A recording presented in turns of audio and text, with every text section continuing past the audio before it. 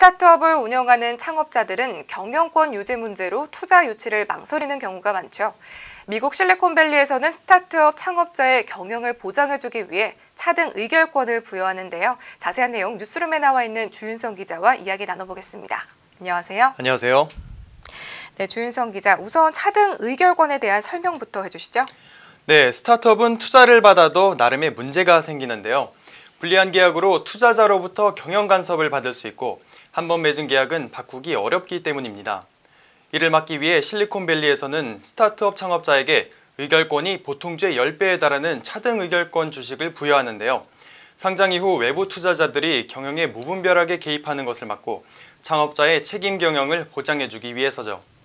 네, 그렇군요. 그런데 실리콘밸리에서는 이 차등 의결권 주식을 창업자에게 부여하는 게 매우 흔하다면서요? 네, 그렇습니다. 미국의 시장조사업체 딜로직에 따르면 작년 주식시장에 상장한 IT 스타트업 중 67%가 창업자에게 차등 의결권을 부여한 것으로 나타났는데요. 일례로 핀테크 스타트업 스트라이프의 공동 창업자인 콜리슨 형제도 차등 의결권을 통해 자신들이 가진 지분율보다 훨씬 더 많은 의결권을 갖고 있습니다. 네, 그렇군요. 하지만 차등 의결권을 통해 창업자들이 가진 지분율보다 더 많은 의결권을 갖고 있다면 투자자들은 그만큼 불리함을 안게 되는 건데요. 네. 투자자들은 이 상황을 어떻게 받아들이나요? 네, 미국의 투자은행과 벤처캐피털 등 투자자들은 실리콘밸리 창업자들이 사업에 집중할 수 있도록 자신들에게는 불리한 차등 의결권을 흔쾌히 부여하고 있습니다.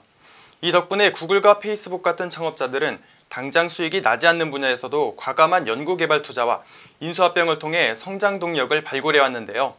차등 의결권 부여는 엘리엇 등 행동주의 헤지펀드들이 단기 이익을 위해 기업을 흔드는 행위도 방어할 수 있습니다. 네, 그렇군요. 그럼 실리콘밸리에서 이 스타트업 창업자에게 차등 의결권을 부여하는 투자 환경이 급부상하고 있는 이유가 무엇일까요? 네, 일본 소프트뱅크의 손정희 회장이 1,000억 달러짜리 비전 펀드로 세계 IT 스타트업 업계의 지배력을 키우는 등의 상황이 차등 의결권 부여가 늘어나는 이유 중 하나인데요. 실리콘밸리 창업자들이 손 회장으로부터 거액을 투자받더라도 차등 의결권이 있으면 손 회장의 지배력을 견제할 수 있다는 겁니다. 벤처 창업자를 총수로 지정하고 끊임없이 지배구조 개선을 요구하며 기업인들을 옥죄고 있는 우리나라의 상황과는 조금 다르죠. 네, 잘 들었습니다. 초기 스타트업 경영자들에게는 투자 유치가 절실하지만 잘못 받은 투자는 경영권을 흔드는 악재로 작용할 수 있는데요. 우리나라 중소벤처기업의 경영 방어를 위해 차등 의결권이나 포이즌필 등 세계 주요국에서 보편화한 경영 방어 수단의 제고가 필요할 것으로 보입니다. 지금까지 주윤성 기자였습니다. 고맙습니다. 고맙습니다.